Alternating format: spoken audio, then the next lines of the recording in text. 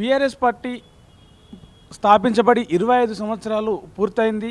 రజతోత్సవ వేడుకలకు పార్టీ అయితే సిద్ధమవుతుంది. ఈ నెల ఏప్రిల్ 27 తారీఖు నాడు వరంగల్లో ఎల్కతుర్తిలో, హన్మకొండ ఎల్కతుర్తిలో భారీ బహిరంగ సభకు అయితే 10 లక్షల మందితోటి బహిరంగ సభ నిర్వహించేందుకు బీఆర్ఎస్ పార్టీ ఏర్పాట్లు చేస్తూ ఉంది. పార్టీ నాయకులకు ఇప్పటికే బీఆర్ఎస్ చీఫ్ కేసీఆర్ గారు దిశానిర్దేశం చేస్తూ ఉన్నారు, కొన్ని సలహాలు సూచనలు ఇస్తూ ఉన్నారు. ఈ క్రమంలో వరంగల్ జిల్లా మొత్తం పోలీస్ యాక్ట్ అమలు చేస్తూ ప్రభుత్వం ఒక నిర్ణయం తీసుకుంది. దాని గురించి మనతో మాట్లాడడానికి వరంగల్ జిల్లా బీఆర్ఎస్ నేత రాకేష్ రెడ్డి ఉన్నారు. అన్న చెప్పండి, మీ పార్టీ ఒకవైపు వరంగల్లో భారీ బహిరంగ సభకు ప్రిపరేషన్ చేస్తున్న ఈ టైంలో అక్కడ పోలీస్ యాక్ట్ ఇంపోజ్ చేసినారు, దాన్ని మీరు ఎట్లా చూస్తారు? బీఆర్ఎస్ పార్టీ సభ అనగానే ఈరోజు కాంగ్రెస్ పార్టీలో కాంగ్రెస్ ప్రభుత్వానికి వణుకు మొదలైంది. ఎందుకంటే వరంగల్లో కేసీఆర్ సభ అంటే ఏ స్థాయిలో ఉంటుందో ప్రజలందరూ తెలుసు. అందుకనే ఈ వణుకు. రేవంత్ రెడ్డి గారికి పాపం మైకు దొరుకుతుందాలు ఒకటే నినాదం, ఏమని? కేసీఆర్ గారు బయటికి రావాలి, కేసీఆర్ గారు బయటికి రావాలి. ఇప్పుడు కేసీఆర్ గారు బయటకు వచ్చుడే కాదు, బయటకు వచ్చి ఏకంగా బహిరంగ సభ పెడతా అనగానే పాపం వెన్నులో వణుకు, చలి జ్వరం స్టార్ట్ అయిపోయింది. వాస్తవానికి గతంలో ఎప్పుడూ లేని విధంగా ఇంత తక్కువ సమయంలోనే ప్రభుత్వం మీద ప్రజల గుండెల్లో ఇంత వ్యతిరేకత కూడగట్టుకున్నది. కాబట్టి దాన్ని కప్పుపుచ్చుకోవాలనేటువంటి ఆలోచనతోని ఎట్టి పరిస్థితుల్లో ఈ సభను అడ్డుకోవాలా, సభకు ఏదో ఒక అడ్డంకి సృష్టించాలనేటువంటి ఆలోచనతోని ఈ పోలీస్ యాక్ట్ను ప్రయోగించేటువంటి ప్రయత్నం చేస్తూ ఉన్నారు. ఈ ప్రయత్నం ఎట్లున్నదంటే పారే నదికి వల అడ్డం వేసి ఆపినట్టు, లేదా వీచే గాలిని దోషట్లు పట్టుకొని ఆపే ప్రయత్నం చేసినట్టు, లేదా రగిలే అగ్గిని గడ్డివాములు వేసి దాన్ని ఆపినట్టు ఉన్నది. అది సాధ్యమవుతుందా? ఎందుకంటే గతంలో కేసీఆర్ గారి సభలు ఎంత చారిత్రాత్మకంగా విజయవంతమైనాయో మనందరూ తెలుసు. ఇప్పుడు జరిగేటువంటి సభ ఒక ప్రత్యేక నేపథ్యంలో జరుగుతుంది. అంటే సంవత్సర కాలంలో కాంగ్రెస్ ప్రభుత్వం మొత్తం 6 గ్యారంటీలు ఎగ్గొట్టి ప్రజలకు పంగనామం పెట్టి రాష్ట్రం అంతా ఆగమాగం చేసినటువంటి నేపథ్యంలో జరుగుతున్నటువంటి ఈ సభ చరిత్రనే తిరగరాసే విధంగా జరగబోతూ ఉంది. దాన్ని మీరు ఏదో పోలీసులు అడ్డంకులు పెడతాము, అది చేస్తాం, ఇది చేస్తామంటే అది సాధ్యమయ్యేటువంటి విషయం కాదు. మొత్తం రేవంత్ రెడ్డి గారి ప్రభుత్వం, కాంగ్రెస్ పార్టీ నాయకులు అడ్డంబన్నా కూడా జనాలు ఈరోజు రావడానికి సిద్ధంగా ఉన్నారు. అంటే ప్రభుత్వ వైఫల్యాలను బీఆర్ఎస్ పార్టీ బయట పెడతా ఉంది. బహిరంగ సభ ద్వారా ఆ ప్రభుత్వ వైఫల్యాలు ఏవైతే ఉన్నాయో, 6 గ్యారంటీల అమలులో లోపం ఏదైతుందో అదంతా కూడా మరోసారి బహిరంగంగా చర్చకు వచ్చే అవకాశం ఉంది. కాబట్టి ఏదైతే బీఆర్ఎస్ పార్టీ సభలు మీరు చెప్పినట్టుగా గ్రాండ్ సక్సెస్ అవుతూ ఉంటాయి. దేశవ్యాప్తంగా ఈ సభ ద్వారా కేసీఆర్ మరోసారి చర్చకు రానున్నారని దాన్ని అడ్డుకోవడానికి ప్రభుత్వం ఇట్లా ప్లాన్ చేస్తుందంటారా? 100% కదా, 100% తెలుసు వాళ్లకు. వాస్తవం ఏందో ఇప్పుడు ప్రజలకి వెళ్ళేటువంటి అవకాశం ఉంటుంది. ఎందుకంటే కేసీఆర్ గారు మాట్లాడితే రాష్ట్రానికి అదే ఎజెండా అవుతుంది. ప్రతిపక్షాలైనా ఇంకెవరైనా కూడా దాని గురించి మాట్లాడుకోవాల్సిందే. ఈరోజు కాంగ్రెస్ పార్టీ చేసినటువంటి మోసాన్ని మొత్తం కూడా ప్రజల ముందు ఎండగట్టేటువంటి ప్రయత్నం కేసీఆర్ గారు చేస్తారు. కాబట్టి ఈ రకమైనటువంటి అడ్డంకులు సృష్టించేటువంటి ప్రయత్నం చేస్తున్నారు. వాస్తవానికి మేమేమనుకున్నామంటే తన సహజ గుణానికి తగ్గట్టుగా ఈ రజతోత్సవ సభ అనగానే మళ్ళీ పోటీకి రేవంత్ రెడ్డి గారు ఇంకో సభ ఏమైనా పెడతాడేమో అని అనుకున్నాం. కాకపోతే ఇప్పుడు ఉన్నటువంటి పరిస్థితిలో ఆ సభ పెట్టి వాళ్ళతో పోటీకి దిగి మళ్ళీ పలసనవడం ఎందుకు అని చెప్పేసి ఇప్పుడు దొంగదారులు, దొడ్డిదారులు ఈ పోలీస్ యాక్ట్ను పెట్టి దాన్ని అడ్డుకునేటువంటి ఒక ప్రయత్నం చేస్తున్నారు. ఏ ప్రయత్నం చేసినా కూడా ఈ సభ విజయవంతం కావడం ఖాయం. మేము బీఆర్ఎస్ పార్టీ కార్యకర్తలందరికీ కూడా పిలుపునిస్తున్నాము.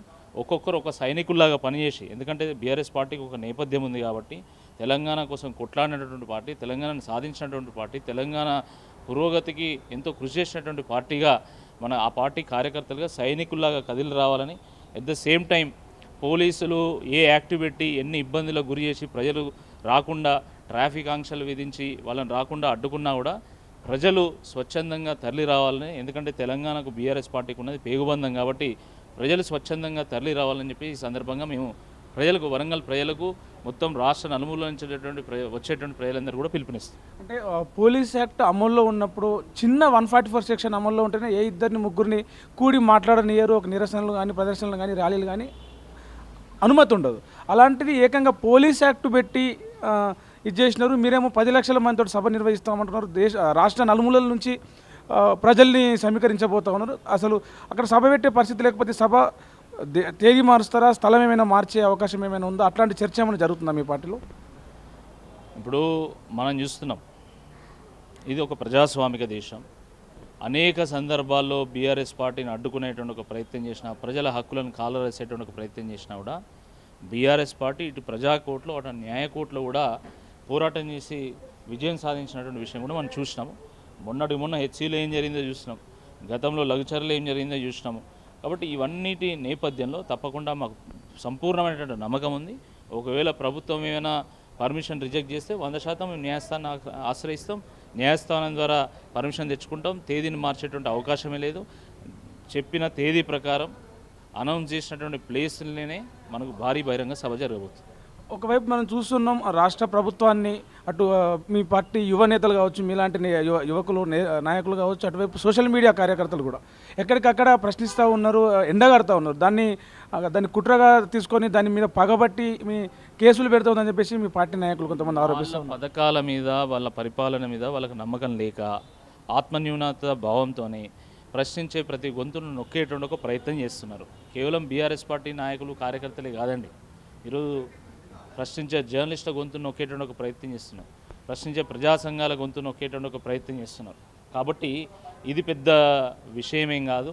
బీఆర్ఎస్ పార్టీ కార్యకర్తలు ఈరోజు ఒక్కొక్కరు ఒక సైనికుల్లాగా పనిచేయడానికి సిద్ధమైనలు. ఈ కేసులకు భయపడ్డాడు ఎవరు లేడు, ఈ జైళ్ళకు భయపడ్డాడు ఎవరు లేడు. నిజంగా నువ్వు కేసులే పెట్టాలనుకుంటే కొత్త పోలీస్ స్టేషన్లు నిర్మాణం చేసుకోవాల్సి వస్తుంది, కొత్త జైలు కూడా నిర్మాణం చేసుకోవాల్సి వస్తుంది. దానికోసం ఒక ప్రత్యేక బడ్జెట్ కూడా పెట్టుకోవాల్సి వస్తుంది. నువ్వు ఈ రాష్ట్రంలో 60 లక్షల మంది బీఆర్ఎస్ పార్టీ సైనికులు ఉన్నారు. ఎంతమందిని అరెస్ట్ చేస్తావు, ఎంతమందిని మీద కేసులు పెడతావు, ఎంతమందిని జైల్లో పెడతావు? ఇది సాధ్యమయ్యేటువంటి విషయం కాదు.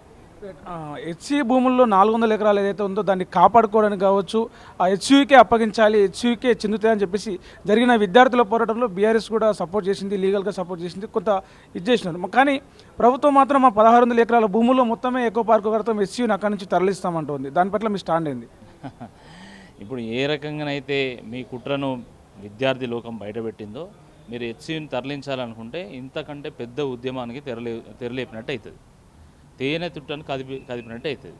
నువ్వు కూడా అసలు కదిలించడానికి స్వయంగా మీ కాంగ్రెస్ ప్రభుత్వం, ఇందిరాగాంధీ గారు ఆ రోజు తెలంగాణ తొలిదశ ఉద్యమంలో 369 మంది అసలు భాషల తర్వాత తెలంగాణకు న్యాయం చేయాలనేటువంటి ఉద్దేశంతో 6 సూత్రాలు ప్రకటించగా 2వ సూత్రంలో కేంద్రీయ విశ్వవిద్యాలయం ఇక్కడికి వచ్చింది. ఆ వచ్చిన విశ్వవిద్యాలయాన్ని నేను తెగ నమ్ముకుంటా, నేను విశ్వవిద్యాలయాన్ని అమ్మేసి జేబులు నింపుకుంటా అంటే చూస్తూ ఎవడు ఊరుకోడు. నువ్వు తరలిస్తా అంటున్నావు, ఏ ప్రాతిపదికన తరలిస్తావు? అసలు దానికి ఒక చరిత్ర ఉంది, ఒక చారిత్రాత్మకమైనటువంటి ఒక విశ్వవిద్యాలయం హెచ్సియు. దాన్ని నువ్వు తరలిస్తా అంటే ఎవడు చూస్తూ ఊరుకోడు, తప్పకుండా ప్రజలు తిరగబడతారు.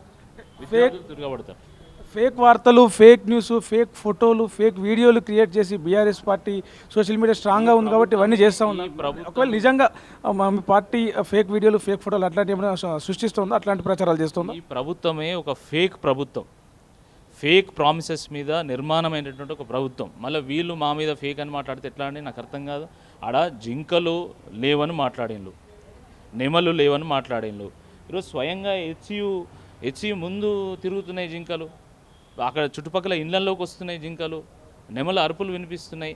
హైకోర్టు రిజిస్ట్రార్ని సుప్రీంకోర్టు పంపించి అక్కడ వాస్తవాలు ఎందుకు తెలుసుకోమంటే ఆయన ఏం రిపోర్ట్ ఇచ్చిండో మనకు తెలుసు.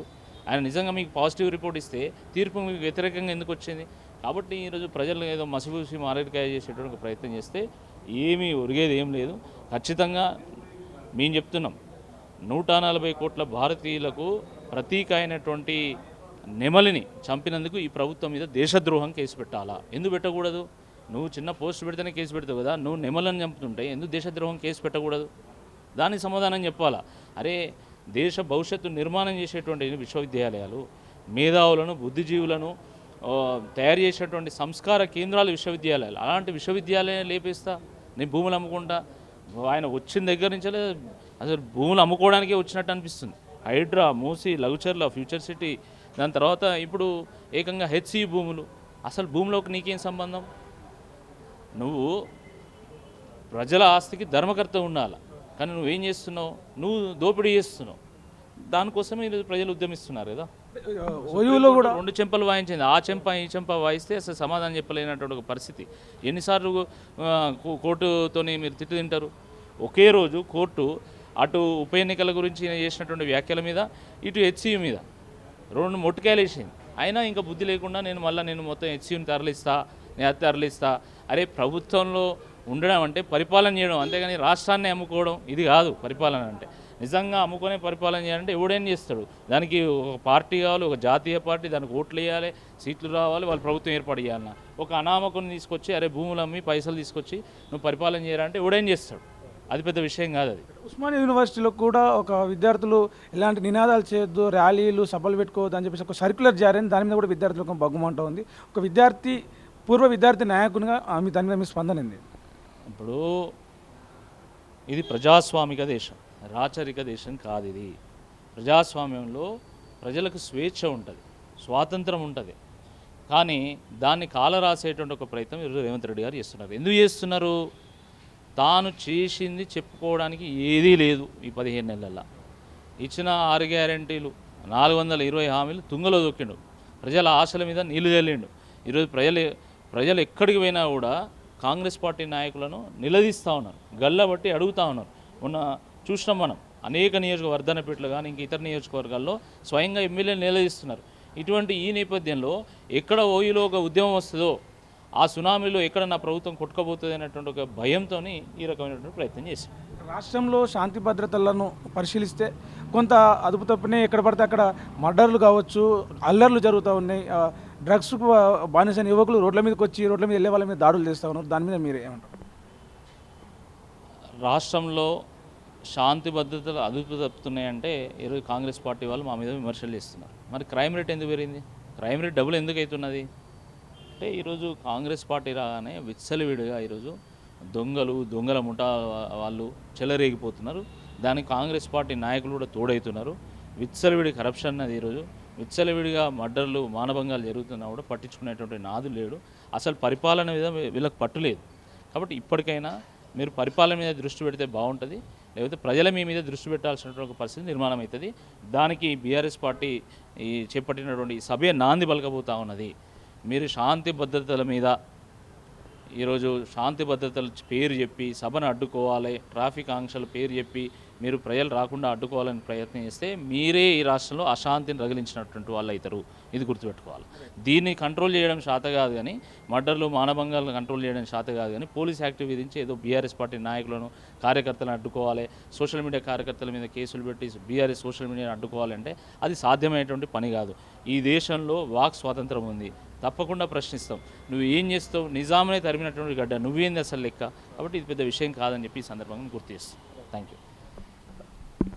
పోలీస్ యాక్ట్ పెట్టినప్పటికీ కూడా బీఆర్ఎస్ పార్టీ గత చరిత్రలో చూసుకుంటే కూడా ఎన్నో బహిరంగ సభలు సక్సెస్ఫుల్గా మళ్ళీ చెప్తా. వరంగల్లో బీఆర్ఎస్ సభ నేపథ్యంలో పోలీస్ యాక్ట్ పెట్టినప్పటికీ కూడా ఎట్టి పరిస్థితుల్లో సభ జరిపి తీరుతాం, 10 లక్షల మందికి పైగానే జనాలను ఆ సభకు తరలిస్తాం, సమీకరిస్తాం అని చెప్పేసి బీఆర్ఎస్ నేత పైడి రాకేష్ రెడ్డి చెప్తా ఉన్నారు. దాంతోపాటే హెచ్సియు భూముల విషయంలో కూడా ప్రభుత్వం వెనక్కి తగ్గకపోతే భారీ విద్యార్థి ఉద్యమం రాష్ట్రంలో రాబోతోందని కూడా ఆయన హెచ్చరించారు. కెమెరామెన్ అజర్తో ప్రవీణ్, తొలి వెలుగు, హైదరాబాద్.